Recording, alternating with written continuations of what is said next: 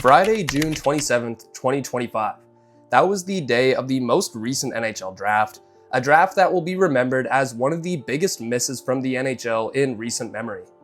The first overall pick, Matthew Schaefer, gave the NHL the perfect opportunity to create a memory for hockey fans that would last generations. His story and the emotion he showed when being selected made for an incredible moment. Even though the NHL teams and representatives were not in the building, people still got that moment that had them glued to their TV and interested in the event. But if we're being honest, was it really fair to have a moment that is this important to every player that has ever been drafted to the NHL be held over a Zoom call? Luckily enough, things ran quite smoothly for the Islanders and Schaefer, but that definitely can't be said for the rest of the first round. Welcomes your player to the organization, but why don't you guys say hello to James Higgins? Thank you for picking me. Well, they might not be able to hear you right now, but why don't you give them a wave and a thank you one more time? Thank you. Thank you so much. Congratulations. Hey James, why don't you just smile and give them a little wave? James Higgins, someone who was predicted to go first overall for a couple of years and is undoubtedly one of the top talents in the 2025 draft, had the pleasure of standing awkwardly in front of the Boston Bruins management team over a Zoom call where they couldn't hear a word he was saying. Prompted by the NHL to mention how he's feeling, Higgins did speak of the emotions he was going through and the excitement for playing in Boston, and he was met with absolutely nothing. In fact, the management team couldn't even make eye contact with him because, again, no one knew what the hell was going on. And this wasn't just the case with Higgins, it happened a number of times throughout the draft. About this choice and the newest member of the organization.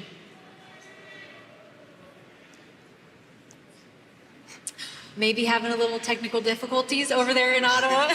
When looking at all the major sports across North America, the one thing that the NHL was praised for was their draft format. It became an event that fans looked forward to every year.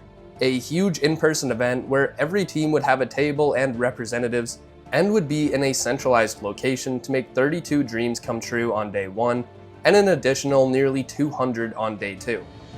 Everyone would get excited when they saw certain GMs walking over to other tables thinking a trade could be incoming. And it made the day so special for all the players who got to walk on stage, shake the hand of the owner or general manager of their team. It's something that was original to the NHL and something that set them apart in a positive way. So what did the league do with this? They threw it all away for a joke of an event that nobody enjoyed. One of the ways that this was sold to fans through the media was that having a decentralized draft would speed up the process.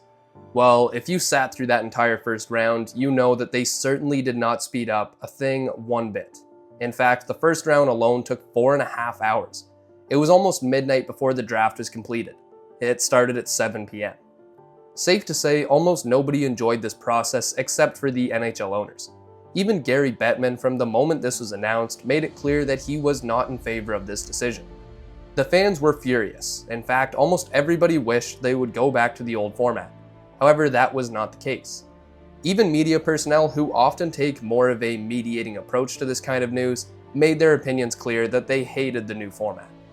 So after the fallout of the 2025 draft, another vote was held in NHL ownership groups to decide whether or not they would stick with the decentralized format or move back to the centralized format of the draft. And unfortunately for fans, it sounds like the decentralized format will be tried again next season. Certain teams were not remotely pleased with this outcome. In fact, some ownership groups have actually spoken out about how they were disappointed in this decision from the other teams around the league. In the most simplest of terms, the billionaires chose to save a couple of extra bucks at the expense of fan opinions, as well as making the moment as memorable as possible for all 32 first-round selections. It comes off as cheap and lazy, and unfortunately, one original idea that the NHL had compared to other major sports leagues seems like it's going away for another season.